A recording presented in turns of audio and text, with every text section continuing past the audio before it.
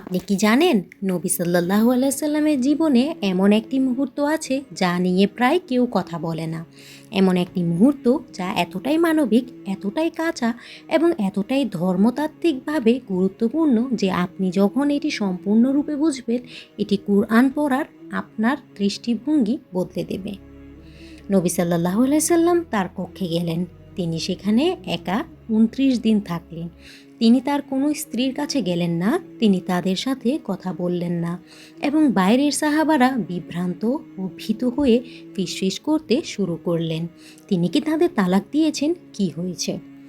এবং তারপর আল্লাহ এমন একটি ওহী নাজিল করলেন যা আজও কোরআনে আছে, এবং সেই ওহী তার প্রতিটি স্ত্রীকে এমন একটি পছন্দ দিল যা পৃথিবীর কোনো ঘরের কোনো নারীকে দৈব আদেশে কখনো দেওয়া হয়নি।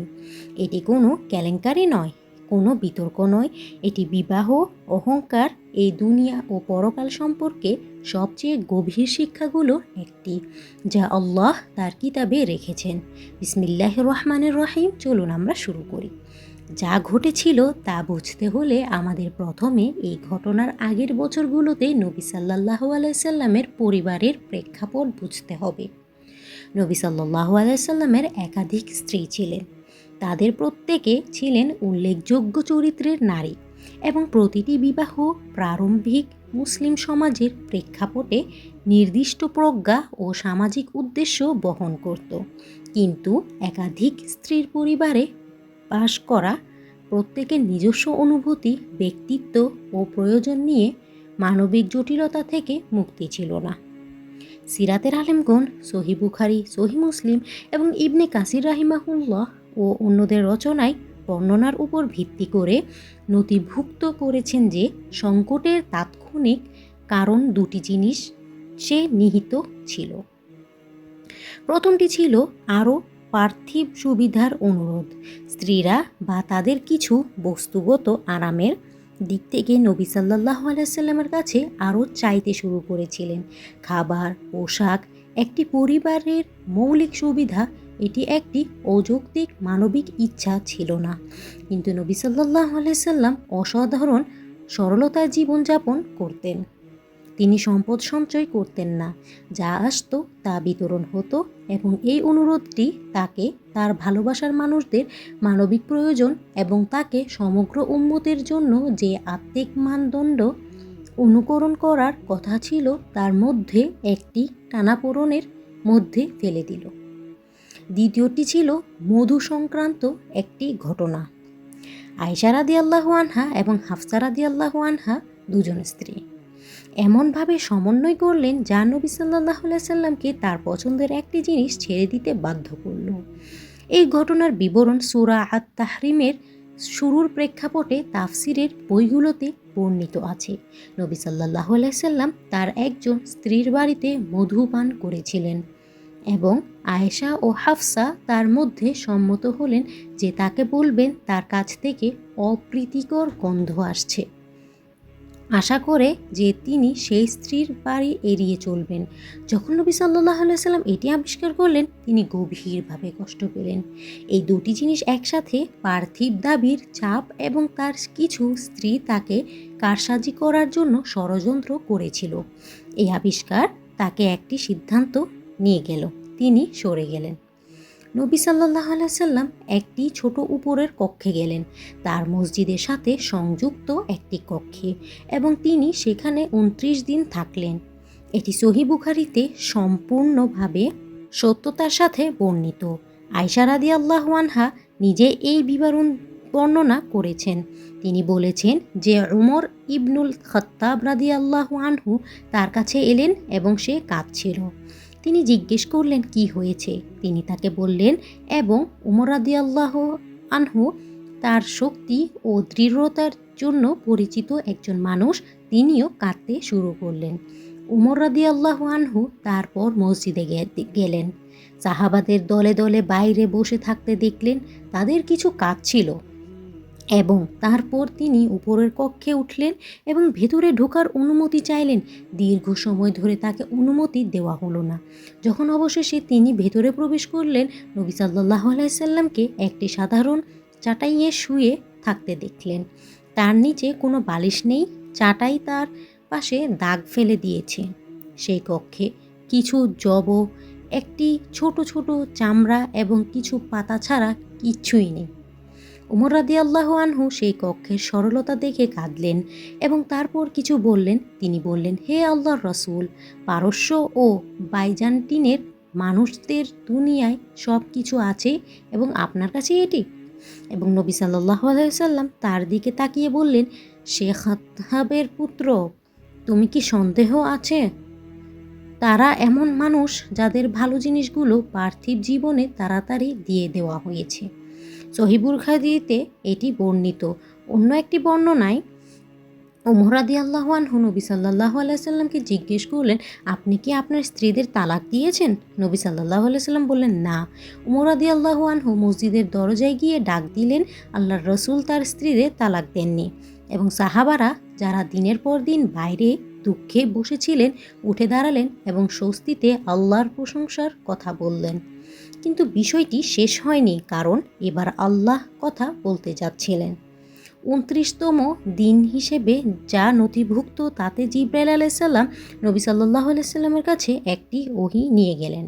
এটি আয়েশা রাদিয়াল্লাহু আনহু থেকে সহিহ বুখারীতে বর্ণিত। তিনি বলেছেন যে ২৯ দিন পরে নবী সাল্লাল্লাহু আলাইহি সাল্লাম প্রথমে তার কাছে এলেন।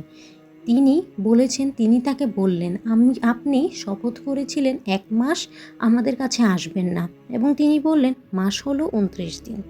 এবং তারপর তিনি তাকে বললেন যে আল্লাহ একটি ওহী নাজিল করেছেন এবং তাকে এটি শুনতে হবে এবং তারপর কাউকে বিশ্বাস করেন তার সাথে পরামর্শ করতে হবে উত্তর দেওয়ার আগে। ওহী ছিল সূরা আল আহজাবের।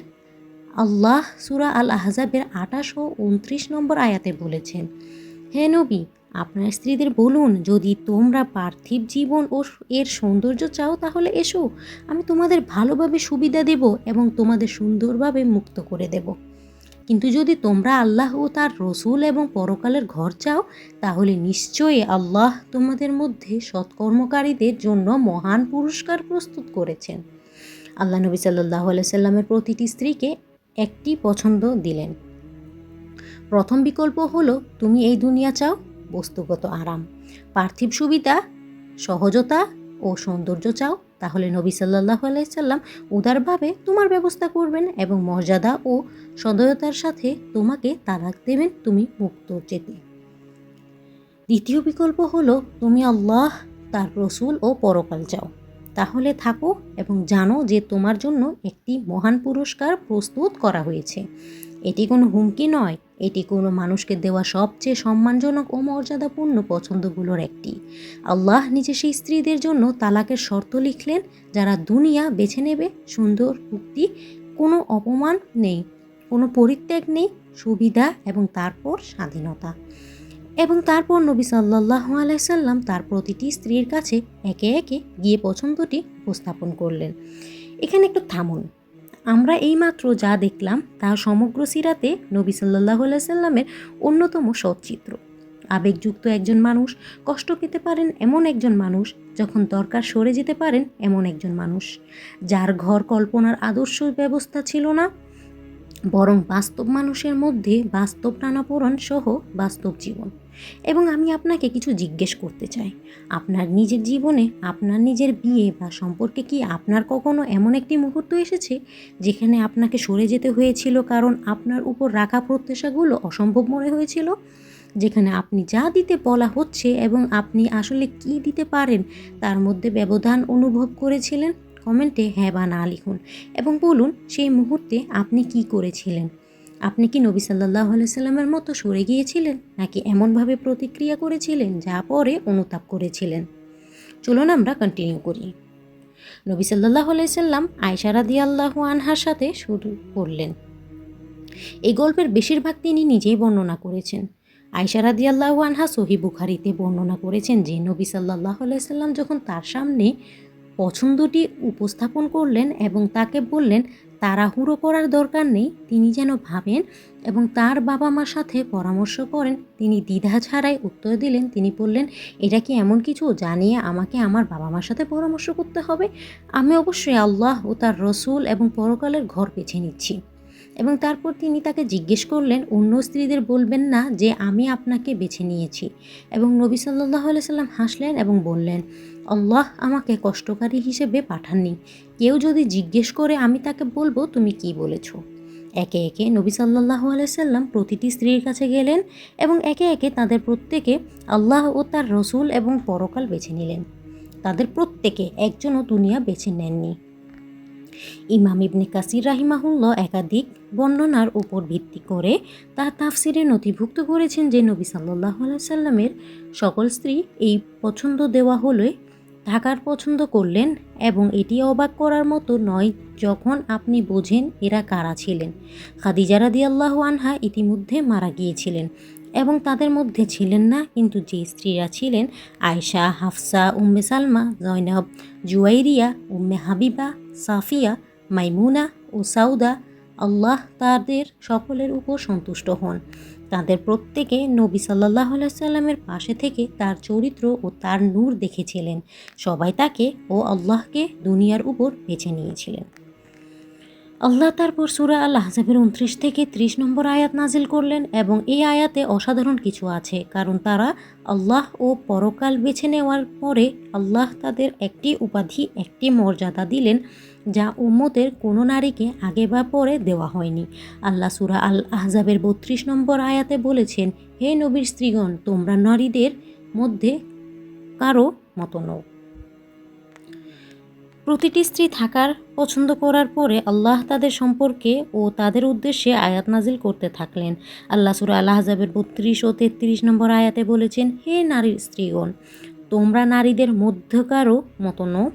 যদি তোমরা আল্লাহকে ভয় পাও তাহলে মৃদু কণ্ঠে কথা বলো না, যাতে যার হৃদয়ে রোগ আছে সে লোভ করে, বরং উপযুক্ত কথা বলো এবং তোমাদের ঘরে থাকো এবং অজ্ঞতার প্রাচীন যুগের প্রদর্শনীর মতো নিজেদের প্রদর্শন করো না। আল্লাহ এখন সরাসরি তাদের সম্বোধন করেছিলেন। শুধু তাদের একটি পছন্দ নিচ্ছেন না, তাদের একটি দায়িত্ব দিচ্ছেন, কারণ তারা পরকাল বেছে নিয়েছিলেন। আল্লাহ এখন তাদের বলছিলেন সেই পছন্দের বাস্তবে কি মানে। এর মানে ছিল উচ্চতর মানদণ্ড, উচ্চতর দায়িত্ব, উচ্চতর আচরণ।